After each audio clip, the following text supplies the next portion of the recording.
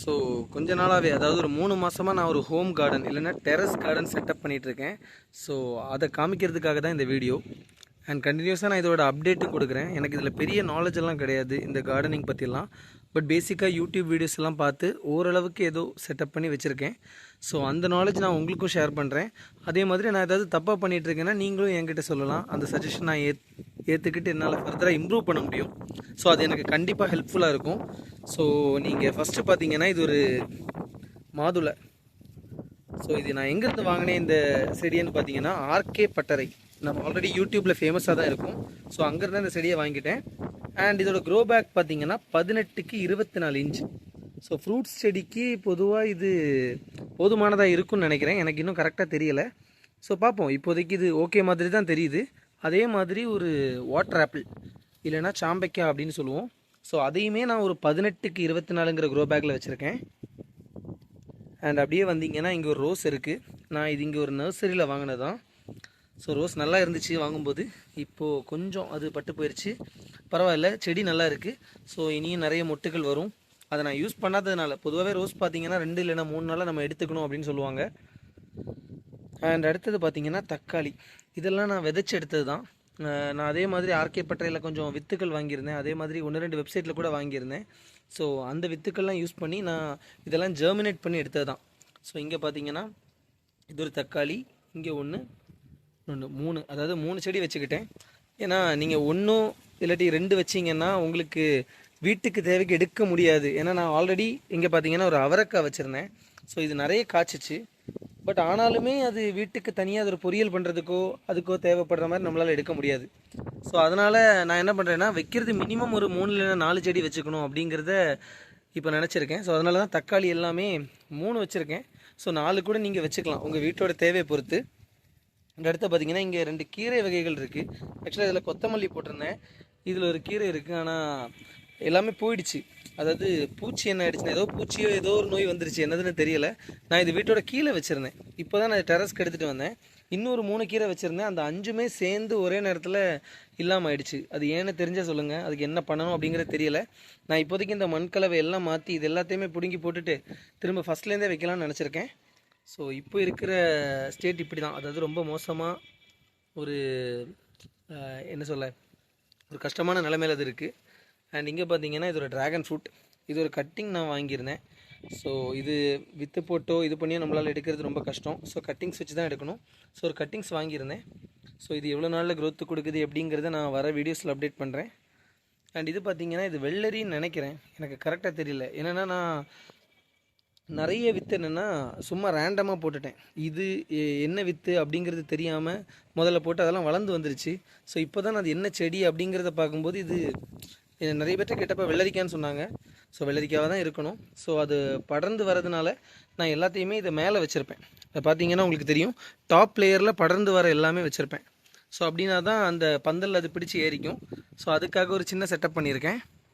So இனி இதுக்கு அதிகமாகவும் பந்தல் தேவைப்பட்டுனா நமக்கு போட்டுக்கலாம், இடம் இருக்குது.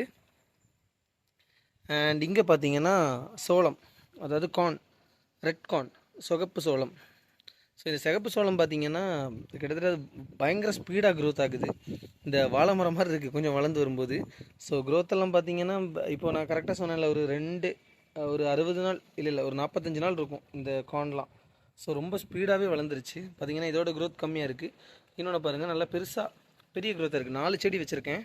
ஸோ பார்ப்போம் எப்படி வருது ஈல்டு அப்படிங்கிறது எனக்கு தெரியலை. அண்டு இங்கே பார்த்தீங்கன்னா சில்லி மிளகா. ஸோ இது என்ன வெரைட்டி மிளகான்னு தெரில. ஸோ இது மிளகா செடி தான். இதுவும் வளர்ந்து வரும்போது நம்ம இன்னொரு க்ரோ பேக்கில் மாற்றணும். ஸோ இப்போதைக்கு நான் எப்போவுமே என்ன பண்ணுவேன்னா வித்தை ஒரு 3 இல்லைன்னா 4 ஒரு க்ரோ பேக்கில் போட்டு ஜெர்மினேஷன், அதாவது அது வளர்ந்து வர வரைக்கும் அதை விட்டுருவேன். அது என்றைக்கு முளைக்குதோ அப்போ நான் என்ன பண்ணுவேன்னா கொஞ்சம் வளர விட்டு அது இன்னொரு க்ரோ பேக்கில் மாற்றிடுவேன். ஸோ இங்கே பார்த்தீங்கன்னா கோவைக்காய், மஷ்ரூமெல்லாம் வேறு வளர்ந்துருக்கு.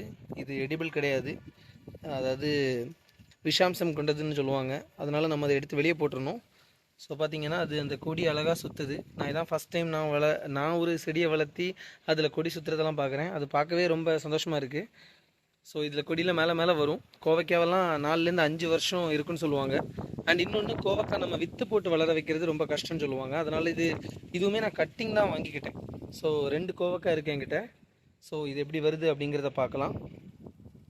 அண்ட் இன்னொரு செடி இதுவும் அதே மாதிரி தான். நான் வித்து போட்டு என்னால் அதை கண்டுபிடிக்க முடியல என்ன செடி அப்படிங்கிறது.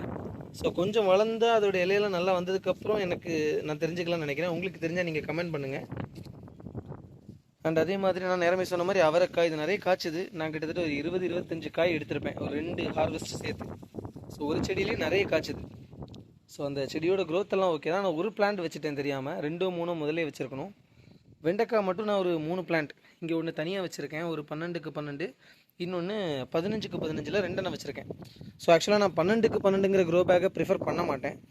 ஏன்னா அது ரொம்ப செடி வளர்ந்து வரும்போது ரொம்ப சின்னதாக தெரியுது. ஈல்டு அவ்வளோ கொடுக்குமா அப்படிங்கிறது எனக்கு டவுட்டாக இருக்குது.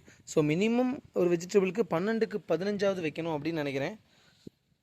அண்ட் இங்கே பார்த்தீங்கன்னா செடி பீன்ஸ் அதே மாதிரி இதுவும் நிறைய க்ரோத்து கொடுத்துச்சு. ஒரு 2-3 ஹார்வெஸ்ட் நான் எடுத்துட்டேன். ஸோ ஹார்வெஸ்ட்னு சொல்லும்போது பயங்கரமாக எடுத்தேன் அப்படிங்கிறது இல்லை, சின்னதாக அதாவது நமக்கு தேவைக்கு ஏற்ற மாதிரி எடுத்துக்கிட்டேன்.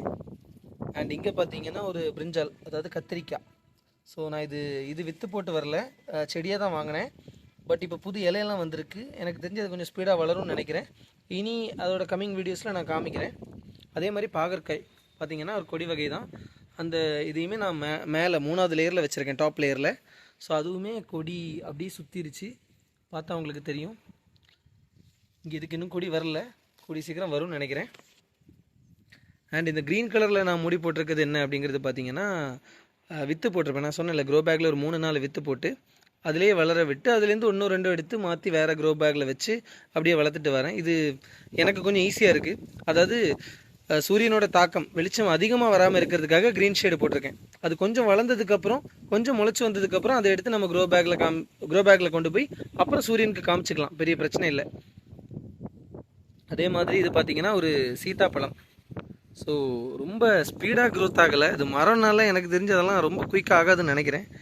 இதுவும் ஒரு 18க்கு 24ங்கிற க்ரோ பேக்கில் வச்சுருக்கேன். ஸோ க்ரோத் எப்படி இருக்குது அப்படிங்கிறத இனி வரப்போகிற வீடியோஸில் பார்க்கலாம். ஸோ அதே மாதிரி இங்கேயுமே ஒரு 3 செடி இருக்குது. இதுவுமே எனக்கு தெரிஞ்ச ஏதோ கொடி வகை தான், 1-2 கொடி வகை தான். ஸோ இது எப்படி அதோட கொடி வருது என்னங்கிறத பொறுத்து நான் மாற்றுவேன். நான் இதில் பீர்க்கங்காய், சுரக்காய் எல்லாம் போட்டிருந்தேன். ஸோ அதோட வித்துக்களாக கூட இருக்கலாம். அதனால் என்னால் கரெக்டாக இது என்ன அப்படிங்கிறது சொல்ல முடியல. உங்களுக்கு தெரிஞ்சால் சொல்லுங்கள். செடி ஏன்னா நிறைய இலைகள் ஒரே மாதிரி இருக்கிறதுனால என்னால் கண்டுபிடிக்க முடியல. ஆனால் இப்போ நான் புதுசாக போடுறது எல்லாமே நான் எழுதி வச்சிட்டேன், என்ன இது அப்படிங்கிறது எல்லாமே. அண்ட் கடைசியாக பார்த்தீங்கன்னா இங்கே ஒரு ரோஸ் இருக்குது. இந்த ரோஸ் பார்த்தீங்கன்னா ஒரு கொடி வகை ரோஸ். இங்கே ஒரு கம்பி இருக்கிறதுனால இந்த கம்பி அசிங்கமாக தெரிய வேண்டாம் அப்படிங்கிறதுக்காக நான் இந்த ரோஸ் வச்சுருக்கேன். ஸோ இது அப்படியே படர்ந்து மேலே போகும் அப்படிங்கிறது நம்புகிறேன். ஸோ பார்ப்போம் எவ்வளோ நாளில் எப்படி ஆகுது அப்படிங்கிறது.